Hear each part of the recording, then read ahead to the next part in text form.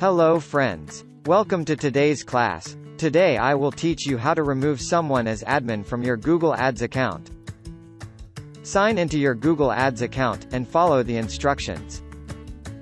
Click on your account.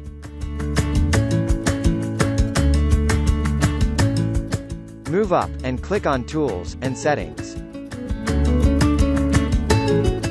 Scroll down, and click on Access and Security.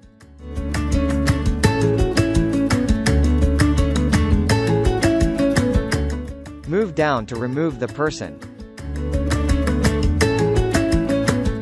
Remove the person.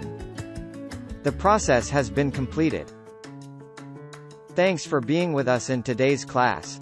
Subscribe to our YouTube channel, and click on notification button, for more advanced tutorials. Thanks for watching.